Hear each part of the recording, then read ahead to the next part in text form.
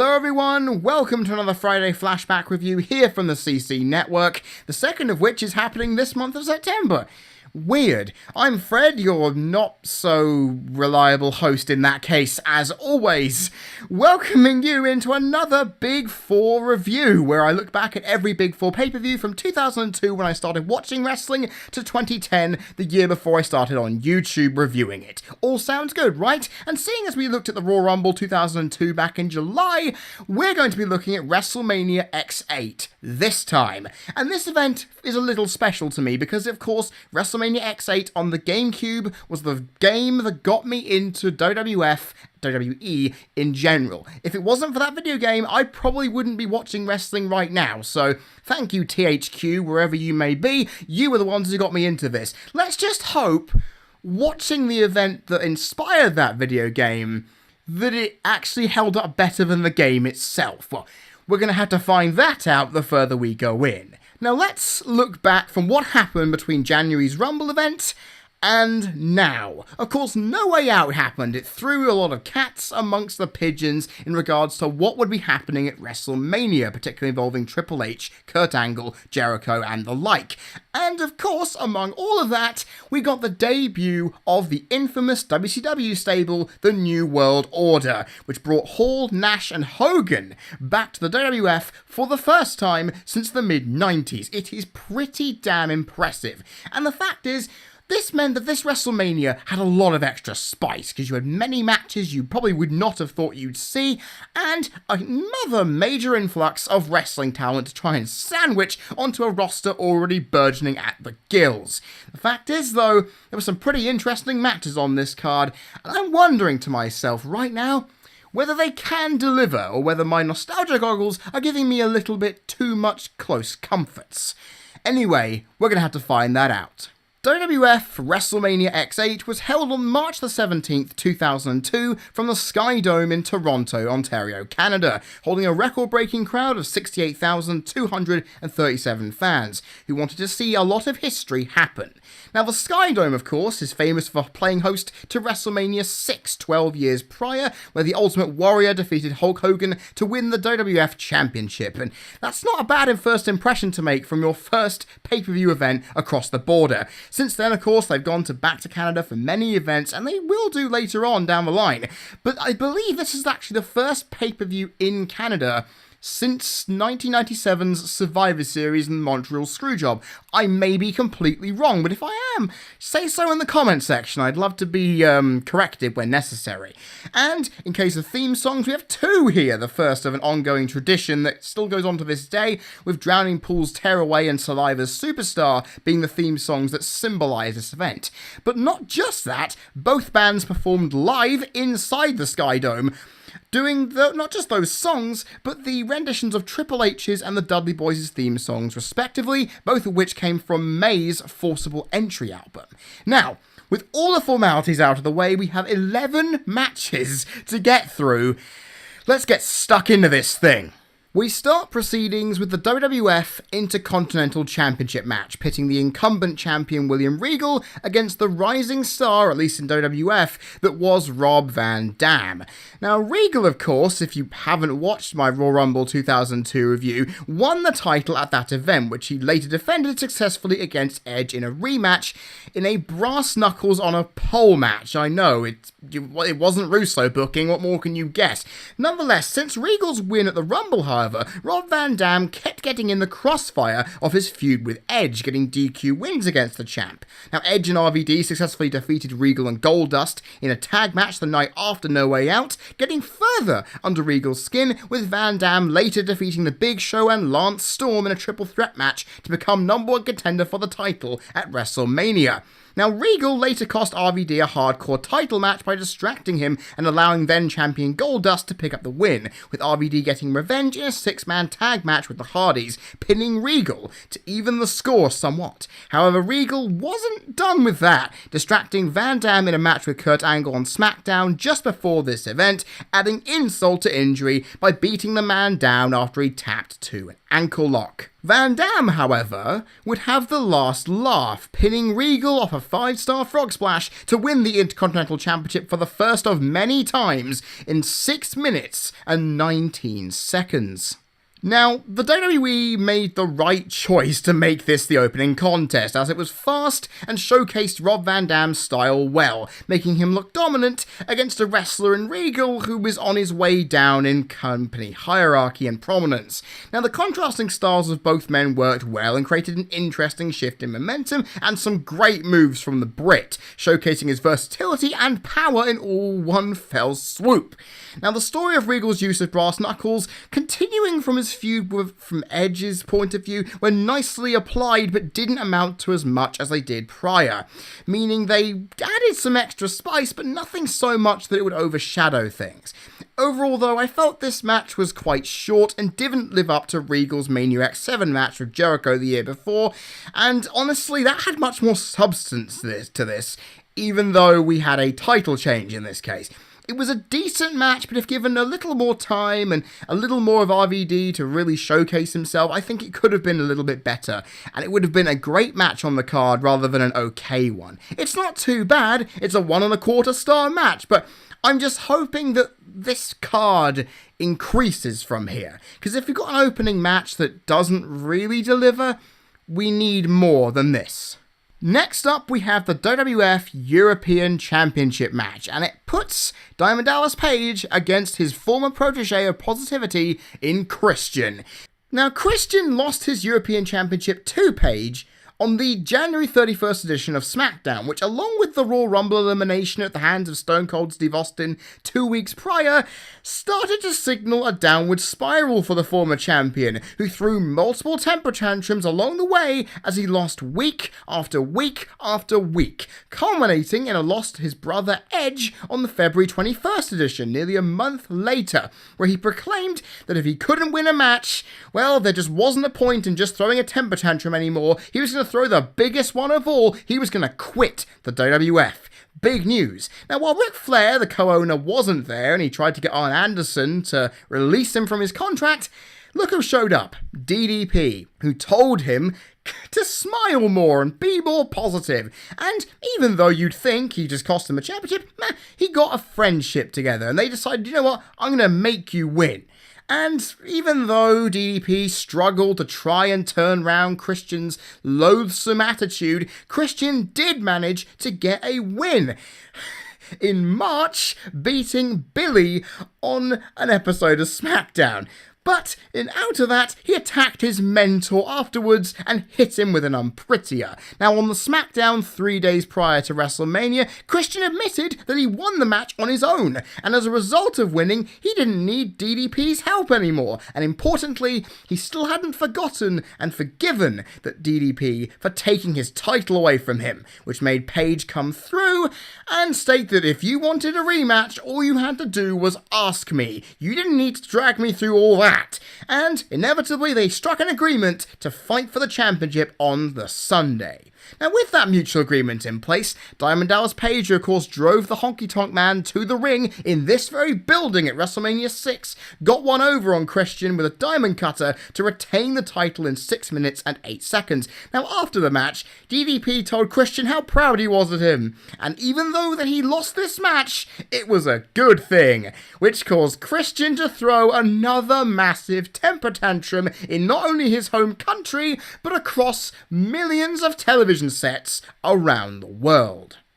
Now, this match was made 3 days before the show and was barely really featured on anything outside of SmackDown leading up to it, meaning that this had very little to work off of, but I will give credit to both men for trying to make this match feel like more than it was. Momentum swung multiple times, allowing both men a chance to show themselves off, retaining a pace that had this match go through its menial runtime surprisingly well, and when you add a few good moves in there with both men throwing in little bits of aggression and sneaky storytelling and psychology, it worked in its favour a bit. This may not have been a very good match by any means. It served its purpose by making DDP look good and gave Christian an opportunity for another temper tantrum. And come to think of it, knowing RVD and DDP have just won their matches here, they were the only former Alliance members who were part of WCW and ECW when they closed, who actually got a win on this show. It's quite a sad statistic. Nonetheless, this is a 1-star match, and it's nothing spectacular, but it did enough, but not enough to get it out of the lower doldrums. Let's roll on to the next one. The title matches just keep on coming, everybody, as we now have a hardcore match for the WWF Hardcore Championship, pitting the champion and tough enough winner Maven, yes, you are hearing that right, against Goldust. Now, after eliminating The Undertaker at the Royal Rumble, Maven became a bit of a marked man. While he did have an undisputed title match after the Rumble against Chris Jericho, The Undertaker was still very embarrassed about having been eliminated by a young upstart and continued to beat the ever-loving crap out of him multiple times over the next week or two. Now, on the February 7th edition of SmackDown, thanks to help from Al Snow and Undertaker's then opponent for No Way Out, The Rock, Maven, against all odds, and I still can't believe that I'm actually reading this, he won and pinned the dead man to get the Hardcore Championship. It boggles my mind. It was his only title in the whole company, which kind of shows what they wanted to do with him. Anyway, it's just so ridiculous. Goldust then defeated him in a few weeks afterwards. Al Snow, his trainer in Tough Enough, then managed to win the belt, and then Maven won it back not long after that. It was all a bit mad. The 24/7 rule did that. You know how it all goes. Now, this match between Goldust and Maven didn't really amount to anything, because both men went down pretty easily, and then Spike Dudley came in and pinned Maven to win the title, courtesy of that aforementioned rule. The title would change hands 4 more times during this event, with the Hurricane, Mighty Molly, and Christian, of all people, getting their hands on it, and while Christian was about to leave, Maven caught him off guard with a roll-up, stole his cab, and went the hell out with the championship still in hand, meaning that Christian lost 2 matches in one night to a veteran and 1 to a rookie. He then committed a massive temper tantrum, or that's what we've meant to believe, as the camera cut back to show. Now, there's no point me showing the ratings up here. Okay, sure, here are the ratings. The ratings I've given for this match, they are 1s across the board. This was as much of a 0-rated match as you would ever be likely to see. It was sloppily executed with botches everywhere. It was sluggish. It had such little time. It was so inconsequential. And while having a lovely apron to barricade clothesline by Goldust, that was the only moment of the entire match that was worth time. And with Spike Dudley coming in, this match had no purpose. In all fairness, having Al Snow versus Maven would have been a better match. Would have been a passing of the torch moment, if you will, from one hardcore guy to a young guy, you know? But we didn't get that. This is a 0, this is utter garbage, and I'm hoping the next match proves to be better, because this pay-per-view hasn't gotten off to a very good start.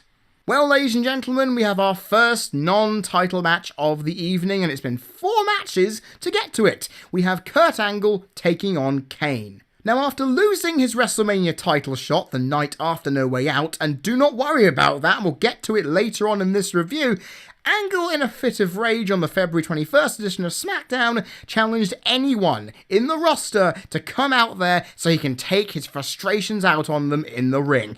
Too bad he didn't expect Kane to come out and challenge him. The two then brawled, trying to destroy each other until officials separated them. Kane then cost Angle the undisputed title on the next Monday's Raw, followed by a tag team loss with Triple H, while Angle teamed with Jericho. Now, Angle returned the favour by costing Kane a match against Jericho, after which Angle assaulted Kane backstage with the chair, causing the Big Red Monster to suffer from a concussion. Now, a week or two later, Kane came through the crowd after that aforementioned win against RVD, taking Angle out and delivering a thunderous chokeslam to Regal as well. I mentioned that earlier on, that Angle and RVD had a big match going on. All sounds good. Sending a message through Regal's chokeslam that Angle, your ass, is next at WrestleMania. Now, after quite a hard and physical contest, Angle pinned Kane, surprisingly, rolling through from a chokeslam, but only with assistance from a foot on the ropes in 10 minutes and 45 seconds.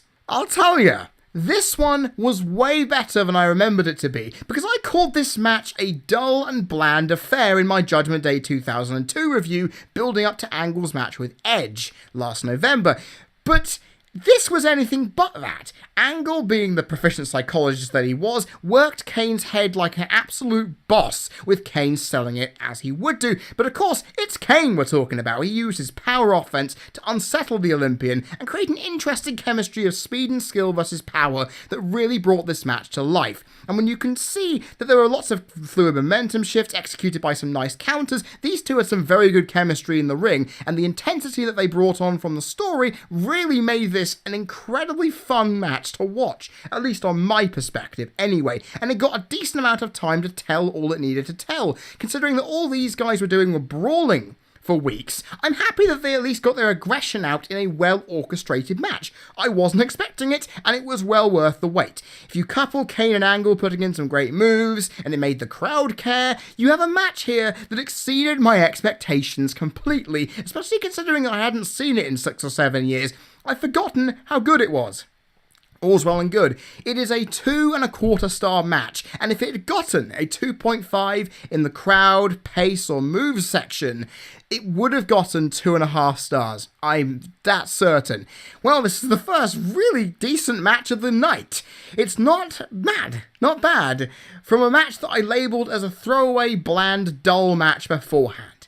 Which shows you really need to rewatch matches again to gain appreciation sometimes. Next we have the first of the major selling points of this pay-per-view, a no disqualification match pitting The Undertaker with his 9-0 streak on the line against the former WWF co-owner Ric Flair. Now, The Undertaker, after losing his Hardcore Championship and taking The Rock out in quite violent fashion afterwards, got in Ric Flair's face, disrespecting the then co-owner who was still fighting to remain in power as Vince went a little bit mad, as you'd expect. Now, Flair, as a repercussion for this, interfered in Taker's match with The Rock at No Way Out, costing the dead man the match with a lead pipe to the face. Now, Taker wasn't very happy with this, as you would expect, challenging Flair to a match at WrestleMania 18, to which the Nature Boy declined, stating that he didn't want to wrestle anymore. Well, Taker then decided, well, we're going to find out who the better man is, but first of all, I want to see if I can change your mind. He first took out Arn Anderson in a very bloody beat-up, which didn't change Flair's course of action. However, after Taker beat down Flair's son David in the WWF training center, the Nature Boy realised, okay, I've got to get this guy back. This guy is treating my family and friends with too much disrespect. I'm going to kick his ass. He then finally accepted it in a fit of rage of his own. Flair's anger boiled over on Raw as Taker told him to get down on his knees and beg for it, because he was thinking, you may have accepted the match, but I haven't decided yet, which resulted in a frenzied brawl in which Flair accidentally punched a fan. Oh boy, oh boy, oh boy, with Vince using this incident as a way to convince the board of directors that Flair was not in the best shape or frame of mind to be running the company. Says a guy who brought the NWO back. It sounds weird when you actually put it into context. Anyway, he had to give in to Vince's demands and give away his stock in WWF and return full ownership to the maniacal chairman until after WrestleMania if he was going to go ahead with this match. However, of course, Linda said, look, we're going to review the decision afterwards. If you end up being okay, we're going to give you all your powers back, etc. etc. Anyway, Flair stated he will defend his family's honor and defeat Taker at any cost necessary, which made Vince realize, on a massive power trip the next week, that yeah, I'm going to rub salt into your wounds by making your match with Taker a no disqualification match, hoping that Taker beats him into a bloody mess. And to add even more insult to injury, Vince put David Flair in a match with The Undertaker on SmackDown, resulting in a bloody beating, with the elder Flair saving his son from the massacre, with Taker sending quite a clear message for what could happen on the Sunday. Now guess what, everybody? For the first time in this review, we have a 3-star plus quality match, and you know what that means. I have to go in depth on this sumbitch. Flair went right for Taker from the bell, wasting little time, wanting immediate vengeance for all the dead man has done to him, brawling all over the announce table with very stiff punches to the face. Taker got a couple in, but Flair kept coming back at him. Flair tried a clothesline from the apron, but is caught and slammed back first into the post by the dead man, only for Flair to just keep on coming, because that's what he does.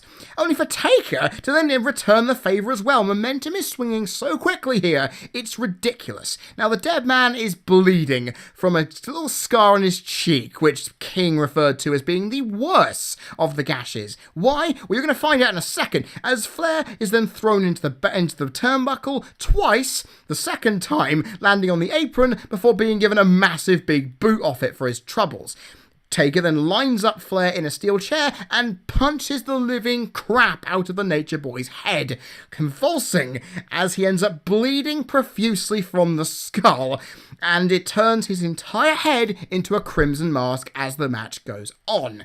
Understandably, as you can tell. Now, Taker goes right for that head wound, aiming shots directly at it as Flair can barely stand in the ring. The punishment here is unrelenting, but against all that, Flair hits back with chops to the chest. There's still fight left in him, but momentum quickly goes back to Taker's corner as he backs Flair into the turnbuckle and lines up some headbutts before hitting a sky-high superplex from the top rope. Yes, you heard me, The Undertaker standing on the top rope, hitting a superplex on a 50-year-old man who had back surgery in the 70s. It beggars belief. You kind of have to go back and see it. I would recommend you do. Taker goes for the cover, but he lifts the shoulders up. He wants to continue the punishment, to drill that respect into Ric Flair.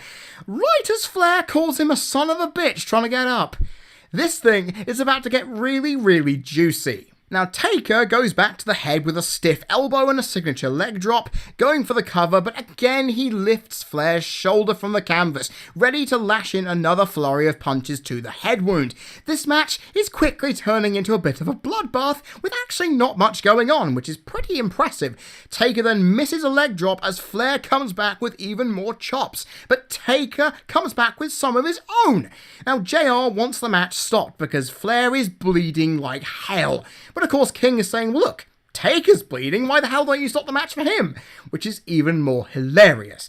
Now, Taker goes for the old school, calls Flair a piece of shit to camera, as the Nature Boy then counters a top rope move with an arm drag and a chops to the chest again. Taker then fights back with a sidewalk slam, covers, but this time Flair kicks out at 2 of his own accord. Taker misses the big boot and gets hung up nuts first on the ropes with more chest chops incoming. Now, Flair rakes the face right as they go towards Taker's bike, and he grabs the lead pipe and nails the dead man right square in the face. And Taker is now drawing colour, and Flair just won't stop beating him. He nails him on the back of the head with a stiff pipe shot. It is pretty impressive. However, Taker then fights back with an apron slam to the back, sending the pipe rolling down to the other side of the ring and out to ringside.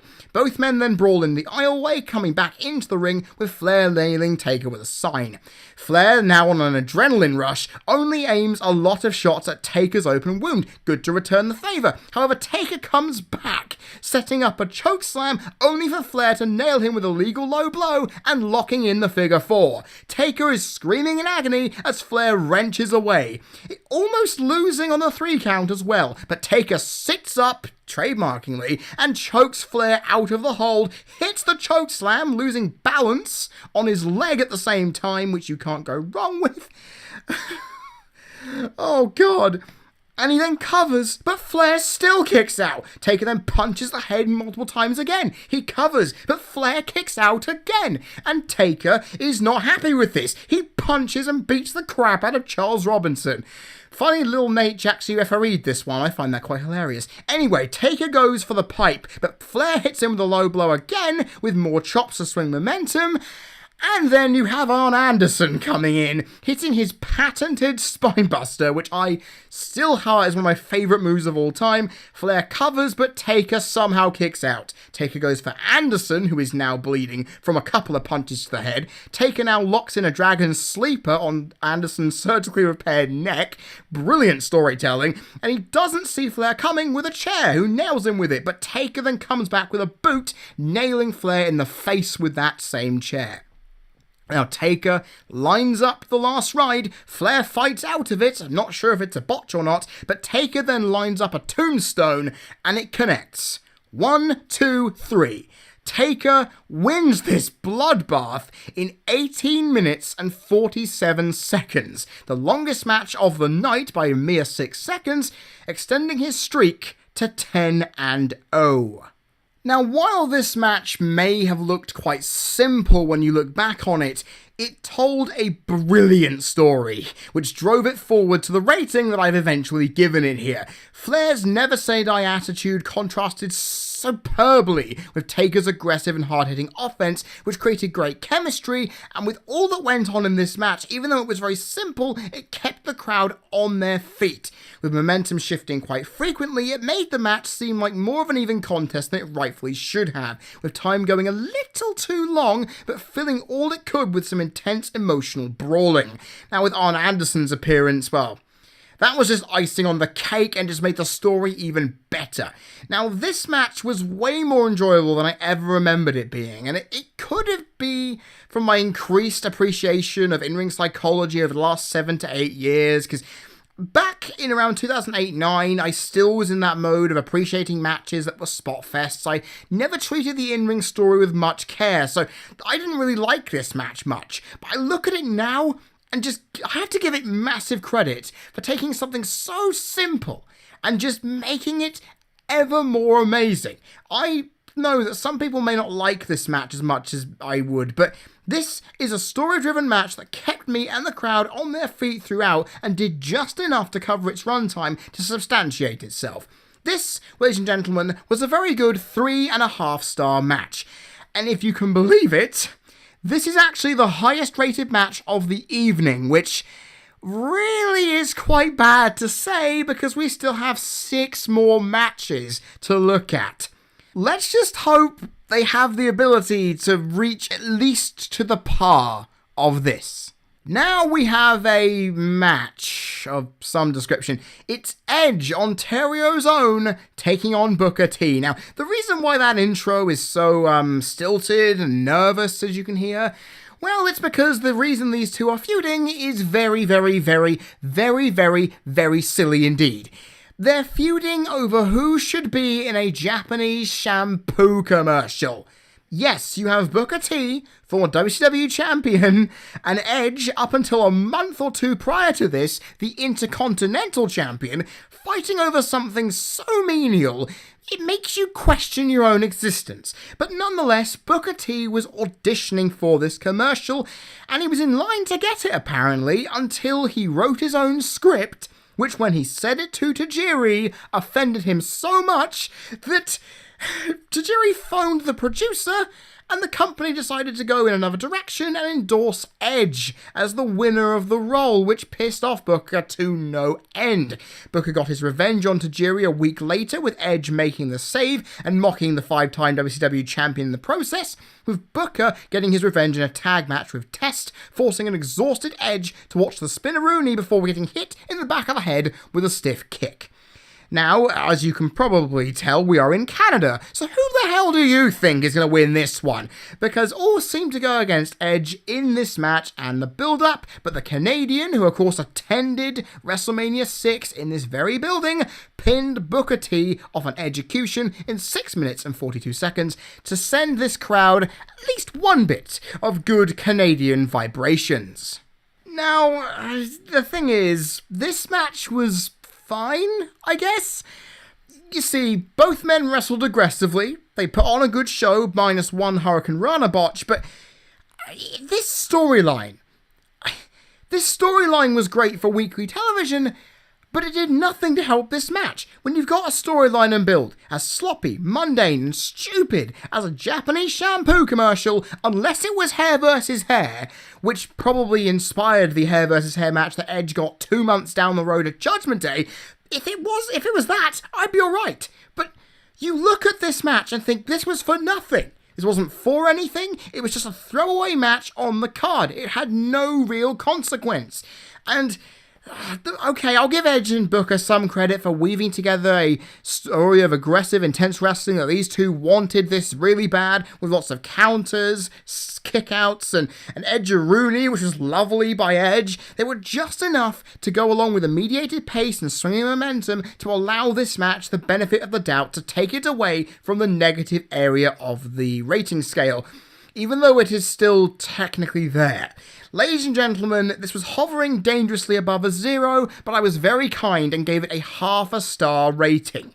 And after the Taker vs. Flair match prior, this was a massive letdown, and coming from these two solid workers here, who I appreciate a lot, I expected a lot more, and it's not a very good thing to say at all. Next, we have the debut appearance of the New World Order at WrestleMania, with the Texas Rattlesnake Stone Cold Steve Austin taking on the former Razor Ramon, Scott Hall. Now, at No Way Out, Austin crossed paths with the then debuting NWO, who presented Austin with a fresh 6-pack of beer, just to say, hey man, you alright? To which Austin dropped it on the floor and declined the invitation. You know, WCW, WWF, Monday Night Wars, all that jazz. Now, after his defeat to Chris Jericho in the main event title match, Hogan and Nash and Hall all assaulted Austin, branding him by spraying him with the NWO logo on his back. Now, the Renegade group goaded Austin into beating up Kurt Angle, which then got him arrested the next night on Raw. And Austin got his revenge by attacking Hogan and Nash and signaling his sights on Hall, assaulting him with a tire iron, and then slashing the tires and defacing the group's limousine all in one fell swoop. Now, Austin captured Hall in this melee and berated him while pummeling him with beer cans, which, when you look back on it, is quite a hard thing to think about, considering Hall's actual real-life alcohol problems. It is quite uncomfortable watching it back as well. Nonetheless, ladies and gentlemen, Austin then sprayed a branding of his own with 316 on Hall's back. Now, Hall highlighted that Austin tried to kill him, stating that, well, no one humiliates me, and no one gets away with it in doing so, challenging Austin to a match at Mania that if they accepted, they'll have a truce. Well, Austin accepted it, but that truce didn't last long, with Hall smashing a cinder block over Austin's knee after a match against former NWO alumni, Mr. Perfect. Austin then proceeded the next week on Raw to lay both Hall and Nash out, capturing them in a net, to which Hall responded with multiple wrench shots to the head and a stone cold stunner to send another clear message to the Rattlesnake. Now, Austin then helped Rock take down the NWO upon his return, resulting in a big handicap match the week before the show on Raw. And after him and Rock were defeated, Hall again hit Austin with a stunner. Hall then goaded Austin to prove how tough he was, proving he was the toughest SOB. And Austin highlighted he was going to do so at Mania before delivering a stunner of his own with intent. This match had a lot of heat going into it, and Austin did get the last laugh, nailing Hall with 2. Let me repeat myself. 2 consecutive Stone Cold Stunners to get the win in 9 minutes and 51 seconds. Now, I'm going to say this right here. This was an interesting match in a way. While it had great story to showcase that Austin was as tough as he knows he is, to have it done at the expense of both Hall and Nash was a little bit of overkill. To have Nash interfere so much, while good for the story, ruined the match's flow. And it honestly just made this match an overblown, ref-bump-filled clusterfuck. But then again, it did make it feel like the NWO's presence was as anarchic as Mr. McMahon was leading it to be, so I can't be too negative at that. The pace was fast and aggressive, with Austin holding momentum, allowing the crowd to get into it the more insane it got. And while Hall's presence was muted, he did his best to contribute and make it feel a little less like a squash match. But listen, when you combine this result with Hogan's loss a few matches up the card, the NWO did not look very good, but after they looked so strong in the build-up, they had to be taken down a peg, and it makes sense. And I feel that this match was fine for its purpose, It's purpose only, but it could have been much better had Hall been allowed to do more and make the Fat match feel like a much better in-ring contest than a brawl for supremacy, really. It's WWF versus WCW, I get that, but it didn't need to be that way. I would have preferred Hall not being in this and having Nash in instead, but I don't know. Nonetheless, it's a 1.25 star match. I feel it was a bit elevated slightly because I did enjoy it for what little it gave, but I feel this is not as good as it could have been, and it is a little disappointing. Well, here's something we haven't seen in a while here. A title match. A fatal 4-way elimination tag team match for the WWF Tag Team Championships, pitting the Hardy Boys, the Dudley Boys, and the APA against incumbent champions Billy and Chuck. Now, the APA won the Tag Team Turmoil match at No Way Out to become the #1 contenders for Spike and Taz's championships at WrestleMania, eliminating Billy and Chuck last. However, Billy and Chuck got one up on the Acolytes as they managed to defeat the champions on the February 21st edition of SmackDown to win the belts. And Bradshaw and Farouk, though, they were relishing the chance of giving these pretty boys an old-fashioned beating at WrestleMania. However, Billy and Chuck managed to beat down the Acolytes after distracting them backstage as a sign of their own toughness. As a result, the APA then challenged the champions to a match on Raw, which they lost. And, yeah, this is a bit irritating. You see, I do a lot of research for these Friday Flashback reviews, making sure I know where all the feuds have gone, what happens. It's why all these preambles before looking at the result and the analysis comes through. Unfortunately, from that match onwards, the feud kind of vanishes, reappearing on the last SmackDown before WrestleMania 3 days prior, as the Hardys, the Dudleys, they end up getting involved in a giant brawl, and this match becomes an elimination fatal 4-way, and I don't see the point in this at all. I would have rather have seen the match between the APA and Billy and Chuck. That's what the feud was building to it. Why couldn't we see this? Anyway, ladies and gentlemen, against all conceivable odds, Billy and Chuck survived this match, but only after hitting Jeff Hardy with the championship to seal the final elimination and retain their titles in 13 minutes and 50 seconds. Now, when you have 3 of the best teams in WWE history, and Billy and Chuck, involved in a multi-team match, you would expect it to be something good, right?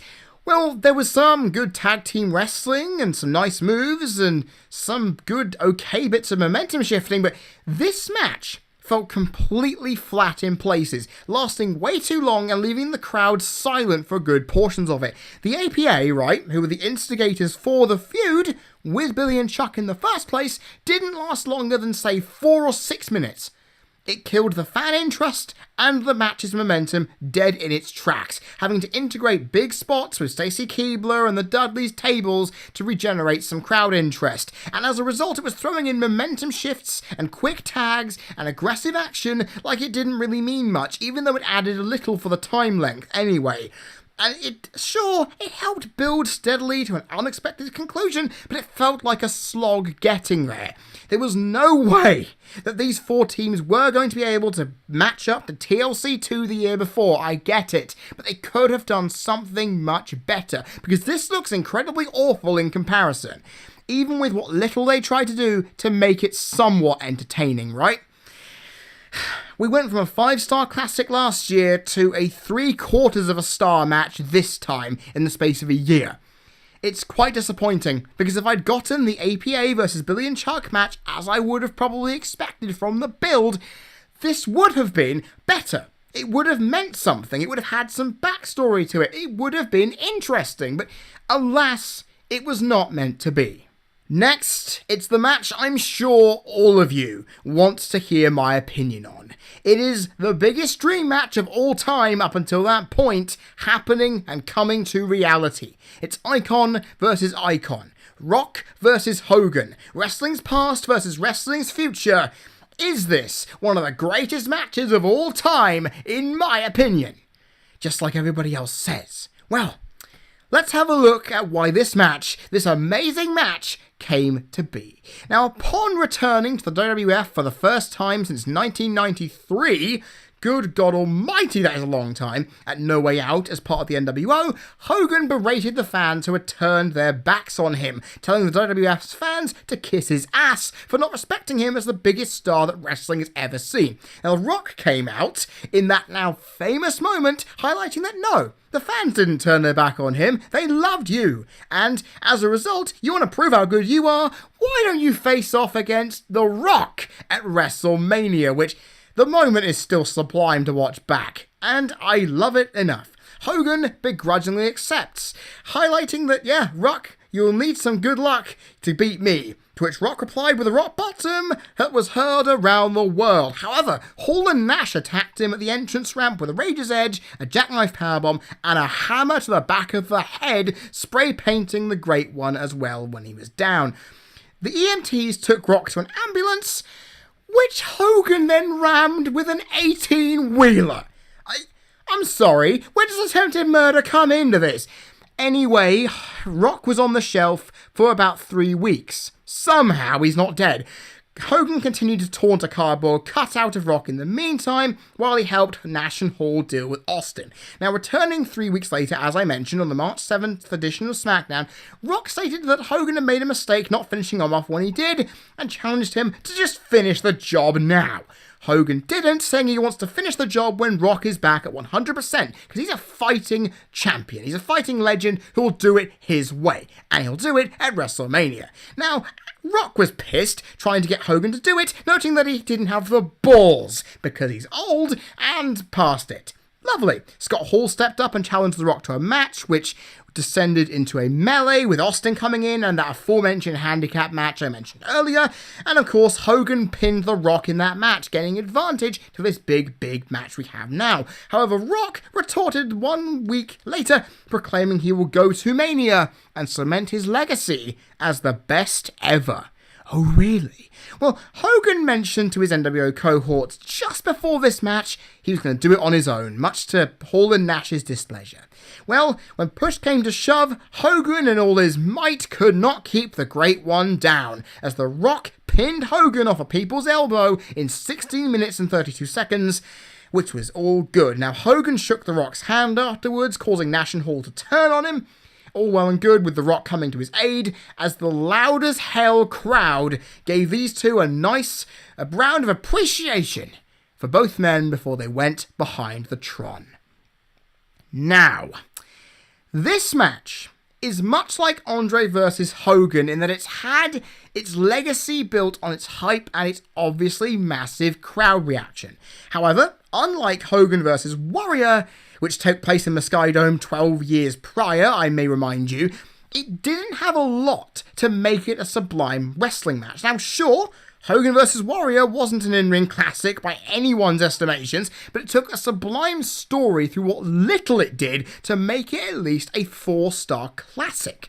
Now, Hogan vs. Rock took too long at the beginning, posturing and staring each other down and sucking up the atmosphere, that it felt that it had to rush itself in its latter stages, ruining the momentum somewhat, as it seemed that Rock and Hogan just got overtaken by the gravity of how the crowd were responding to them. And the match, yeah, it went for a decent amount of time. However, that amount of time didn't really contain much. It was mostly big moves, staring, some weapon usage, a ref bump, some sublime kickouts, and the Hulk up of all Hulk ups. My God. It doesn't seem like much, but as the story built, these two realise we're in a once-in-a-lifetime situation here. We want to get the win at any cost necessary, and we will do whatever it will take to do it. Which, of course, makes the crowd turning heel on The Rock make even more sense, because they're watching him slap the bejesus out of Hulk Hogan with a weight belt. You see... all of this is pretty impressive. It came across quite nicely, which makes the story a little more than it should be. But it was all of it. All of this match was elevated by an absolutely insane Toronto crowd, who of course lapped up everything Hogan did, which like I've highlighted, turning Hogan face and Rock heel for the process of that match. It was mad.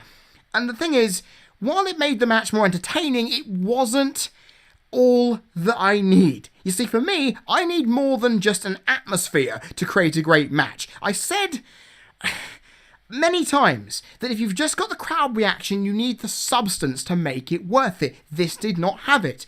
And the thing is, I'm going to point this out. Back in 2012, I looked at my 10 years ago look back at WrestleMania 18 in collaboration with WrestleMania 28's once-in-a-lifetime match with Rock and Cena. I said that if I reviewed this show, if I ever got round to it, I would rate this match a 2-star rating, right? You know what? I can't believe I'm actually going to say this. I'm going through with what I said 4 years ago. I am giving this match a 2-star rating. How insane is that? To put it bluntly, I didn't think I would ever have to back up my own statement, but there we go, it's been done. But ladies and gentlemen, while this match is one everybody remembers, I just wish there was more to it. This match had potential to be more than this, but I think 2 stars from what little these two gave is very much worth deserving considering what we actually got. Okay, it's time for us to get down from the Hogan Rock pedestal and look at the triple threat match for the Women's Championship, pitting Jazz against Lita and Toronto's own Trish Stratus. Now, Jazz, after losing to Trish at the Royal Rumble, exacted her powerful revenge a few weeks later, pinning the Canadian to win her first WWF Women's Championship. Now, in the following weeks, Jazz would physically manhandle all of her competition, injuring Mighty Molly in the process, now which of course caused the attack on Arn Anderson that Undertaker did, surprisingly. Now, in the process of a mixed-gender 6-person tag match, Lita got in Jazz's face, resulting in a beatdown for her too. Jazz then faced off against Trish in a rematch for the title, which Trish lost via DQ after she refused to release a submission hold. And after defeating Stacy Keibler, Lita then set her sights on the women's champion, only to be assaulted by Jazz in the process. Now, Lita and Trish, they faced off against Jazz and Stacy in a tag match, with Jazz again picking up the win, and they both decided, apologising for getting in each other's faces, but inevitably they started brawling because they both wanted to unseat Jazz as the champion at WrestleMania in the triple threat match, and they didn't want either of them getting in each other's way. Well, as you can tell, all that desire came to absolutely nothing as Jazz pinned Lita off of a great top rope fisherman suplex to retain the championship in 6 minutes and 16 seconds. Now, just like the hardcore match earlier in the night, this was sloppy in a lot of places, just lacking in coordination. There was sloppiness in so many places. Okay, it had the build-up to justify itself, but it didn't do much to entertain outside of a couple of big moves. Not to mention, with Trish being from Toronto, not only would I have expected her to be more involved in this thing, but actually win it. She barely got a mention in this thing. But I'm pretty sure she felt proud competing in it. You know, in front of her hometown crowd, 68,000 people, she must have been happy regardless. But ladies and gentlemen, this is a definition of a throwaway match and gets a 0 as a result. Which was irritating as I expected more given the 3 women we had here. I mean, you've Jazz, Trish and Lita, 3 of the best women ever to have competed in wrestling. And yet they gave us this piece of crap. Well, if you have to work off after Hogan Rock, and you have a crowd who doesn't give a damn, and you add the sloppiness too, no wonder it turned out what it did.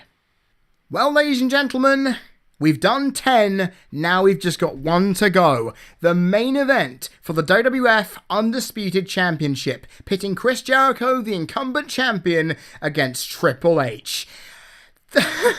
Usually with these build-up storyline things, I don't go into a lot of detail, but the thing is, this is a bit of a long one. There is so much to look at here. I'm sorry, if this takes ages, I apologise. But let's get into this ginormous stack of storyline build. Jericho, of course, in May 2001, put Triple H on the shelf through that quadricep injury, which, of course, with locking in the walls of Jericho on the announce table, damaged it even further. Triple H subsequently returned from a 9-month layoff to win the 2002 Rumble, where Jericho, as you know, defeated The Rock to retain his championship on the same night. Now, on Raw the next evening, Triple H told Jericho he had 2 months to prepare to prove to him why his title win at Vengeance and his win at the Rumble were not flukes. On that same show, though, Triple H, now a face of course, started having marital problems with Stephanie, and it would build over the coming weeks, culminating in an accidental loss to Booker T to signal a divorce. Now, Kurt Angle, eliminated by Triple H last in the Rumble, as I highlighted earlier on in the evening, we're now getting to that point, lost a number one contendership match to face Jericho for the title at No Way Out to Stone Cold, blaming his loss on the game. Obviously, he then locked Triple H in an ankle lock on the entrance ramp and then cost him a rematch against Booker T on the same night. As a result, Angle and the game faced off in a match at No Way Out with the WrestleMania title shot on the line. But before that, Stephanie announced to Triple H that she was pregnant and that they were to renew their marital vows. Of course, it's a WWF wedding. It's not going to go well, as you would guess. Of course, with Triple H laying down the line of the decade with the no good lying bitch quote, with the revealing of Stephanie being not pregnant at all, causing him to shove his ex-wife to the ground and finalise the divorce proceedings. Now, as a result, Vince McMahon was absolutely furious, putting his daughter in as the special guest referee in that No Way Out match so she can exact her revenge on her ex-husband. Which she did. Angle got the win. However, Angle lost the rematch on the next night, as I've already highlighted this evening, which allowed Triple H to regain his match. Incensed by this, of course, Stephanie stated she would stop Triple H at any cost, which made Jericho come out there and think, you know what? I called you all of those disgusting, horrible things in the last few years. I only did it to please the fans, and that got me absolutely nowhere. And admitting that he admired Stephanie, which, with Stephanie now realising, with her in-depth knowledge of Triple H, they could both team up together and stop the game from winning the title. And it just gets even more insane. I'm talking about it, I'm just reading on, there's just so much here, it's mad. The insults from Miss McMahon kept on coming, insinuating that Triple H had a small penis, with the game responding with, I've already highlighted the takedown, the put down of the century. This then usurped it because it's the Boeing 747 Grand Canyon line. I am not going to do that justice by repeating it. Go look it up on YouTube. It is savage. As a result, Stephanie successfully screwed him out of a steel cage match with Angle a week later. Jericho, though, wondered why, amongst his feud with Triple H, he wasn't really doing anything except doing Stephanie's chores, and that was never answered. Stephanie gave him a robe that Triple H was given by Killer Kowalski, something that she acquired in the divorce proceedings. Triple H got one over on him with their prized Corvette literally cut in half to symbolise the separation. Beautiful. This all culminated with 1 week to go before Mania, with Triple H and Stephanie's dog being run over by a limo, which made Triple H go absolutely batshit, chasing Stephanie around the ring. She was ready to pedigree, or be pedigreed. Just notice the dog and pedigree reference. Anyway, then Jericho hit a sledgehammer right into the surgically repaired quadricep. And the surgeon highlighted he is medically able to compete, but only with bare minimum, because that quadricep is hanging by a thread. Didn't stop Jericho, though, as he beat the crap out of Triple H on the final SmackDown just before the show. Whew, that's a lot of stuff. There is so much there, and you think that's the end of it. Oh, no. Because, ladies and gentlemen, even after all that, this isn't even close to done, because we have a 3-star plus quality match here. And you know what that means? I've got to drag my exhausted ass through the match itself. Let's get on with it. Now, Jericho goes for the leg off the bell, but Triple H evades it, backing Jericho into the corner, following with a back body drop and numerous clotheslines. Jericho fights back, but eats a high knee, but of course, Triple H lands on the bad leg, which he sells quite nicely, as Jericho then takes him over the top rope to the outside. Jericho taunts on the top rope, causing Triple H to push him onto and then over the barricade at ringside, with Triple H then suplexing him back over to the floor in quite a nice spot. The game then takes apart the announce table, but Jericho comes fighting back, kicking the back of the leg. Oh, it's lovely, with Stephanie calling for Jericho to stay on that leg, which he does, with chop blocks and kicks in the corner. Triple H lunges back with a takedown, aiming for Jericho's leg, which he elbows, and then tries to hurt his own, which is great. And the commentators are telling him, yeah, this is how it feels to have a hurt leg, you arsehole. And then inevitably, Triple H locks in the figure 4, hoping to make the damage come through. But Stephanie rakes the eyes, causing Triple H to get his hands on her. Jericho aims for a spear, but he then hits Stephanie with it, which wakes the crowd up big time. Triple H now has his wife where he wants her, lines up a pedigree, but Jericho hits a missile dropkick to stop it. Now Jericho focuses again back on that leg, wrapping it around the ring post. God damn.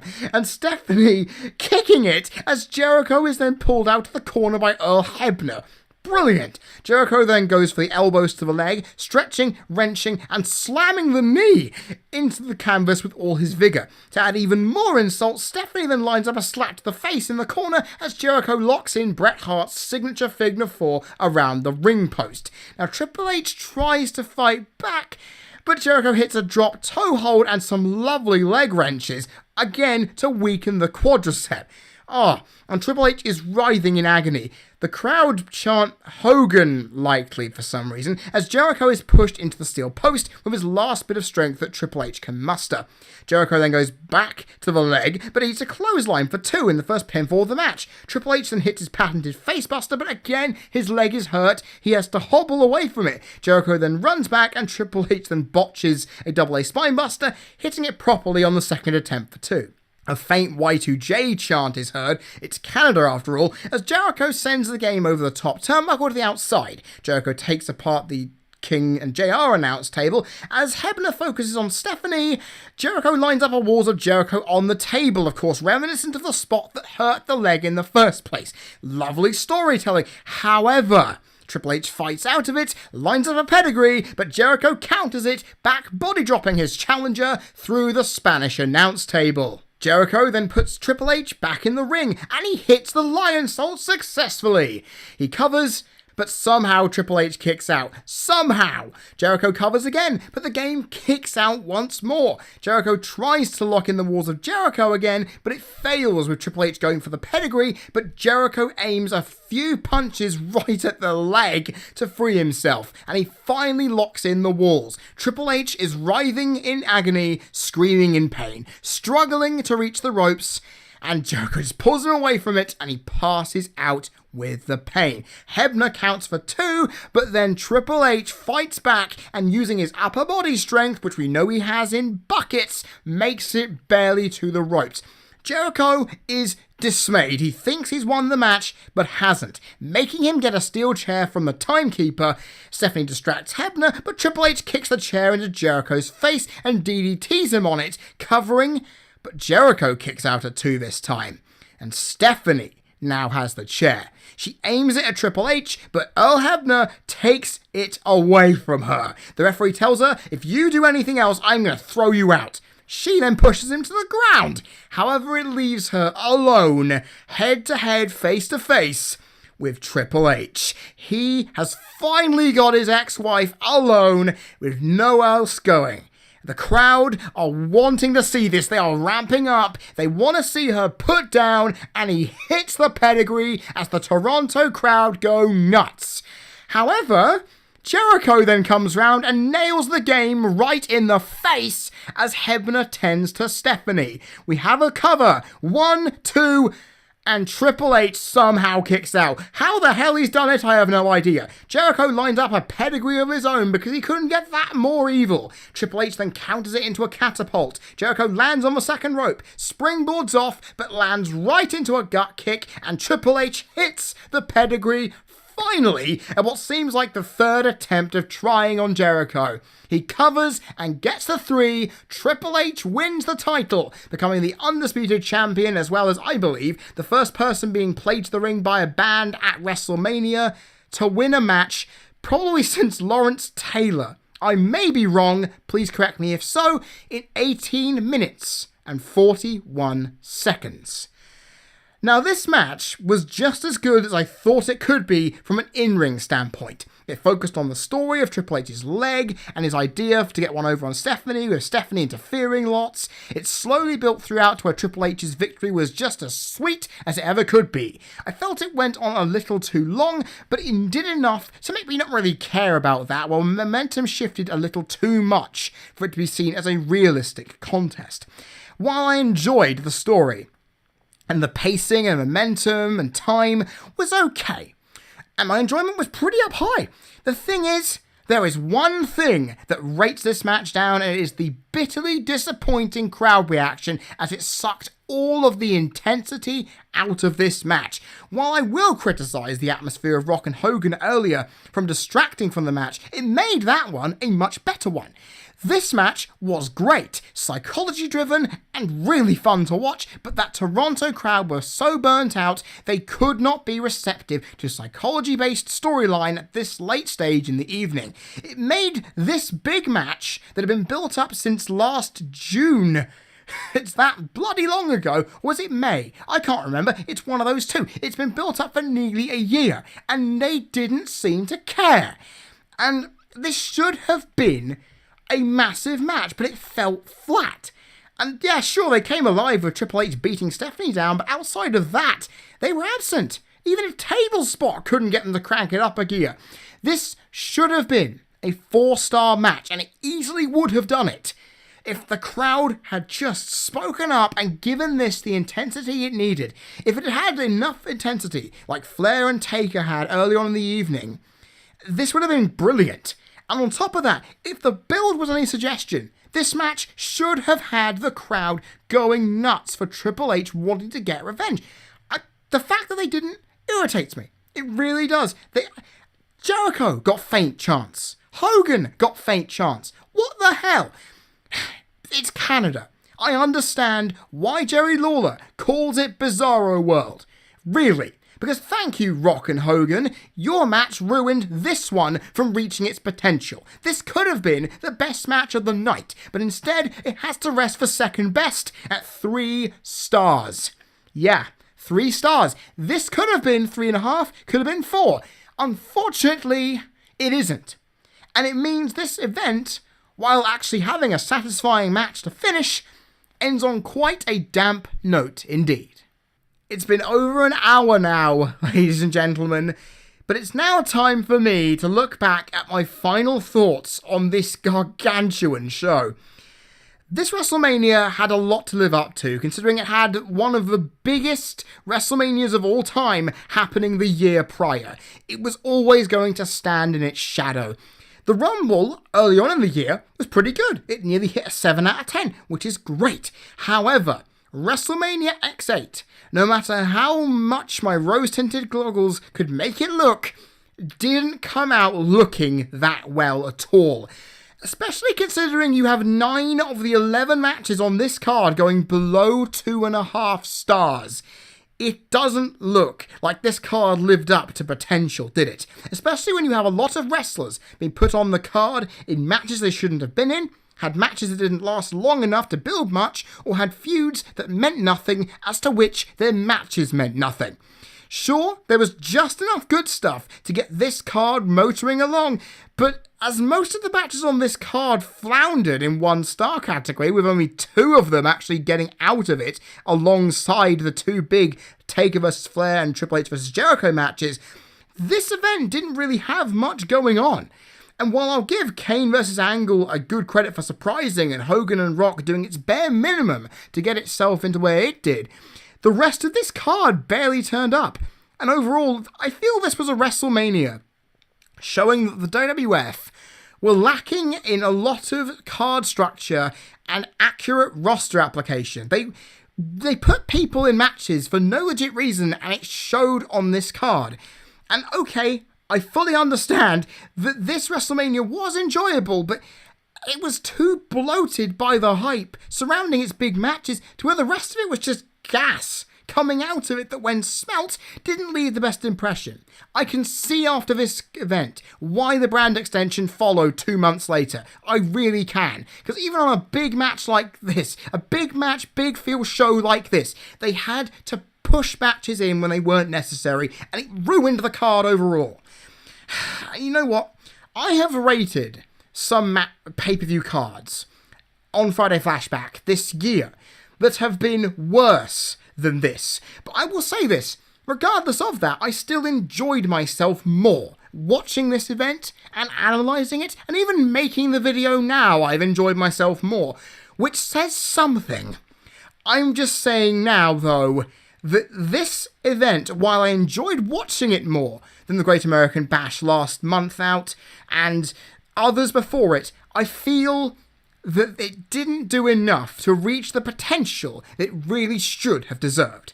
Ladies and gentlemen, I am rating WrestleMania X8 a low but somewhat decent 4.25 out of 10.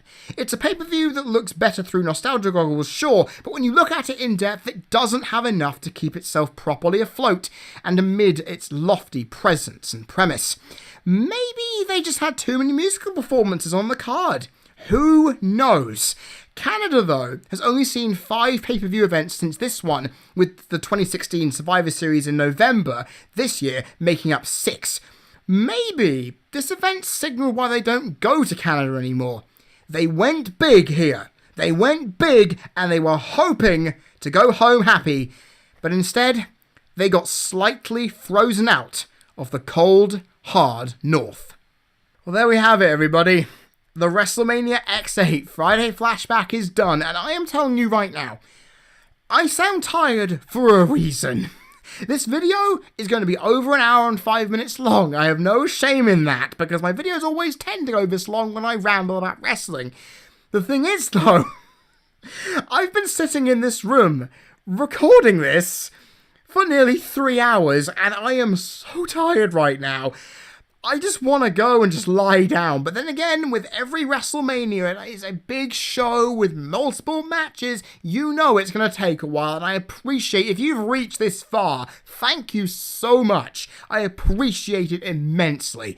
What did you all think about this show, though? Do you feel I am right to rate it as low as I have? Is it rated lower than your list? Is it higher on top of that? Well, if you want to spout your opinions at me, and I'm very happy to have that happen, go put your comments in the comment section, and I look forward to reading them. And of course, if you want to not miss the next Friday Flashback in October, all you have to do is click the subscribe button, and I'll greatly appreciate it. Then again, ladies and gentlemen, you want to know what the next Friday Flashback is? It's going to happen on October the 28th, on Halloween weekend. And we're going to have a hardcore Halloween weekend, because we are going to be looking at ECW One Night Stand 2006.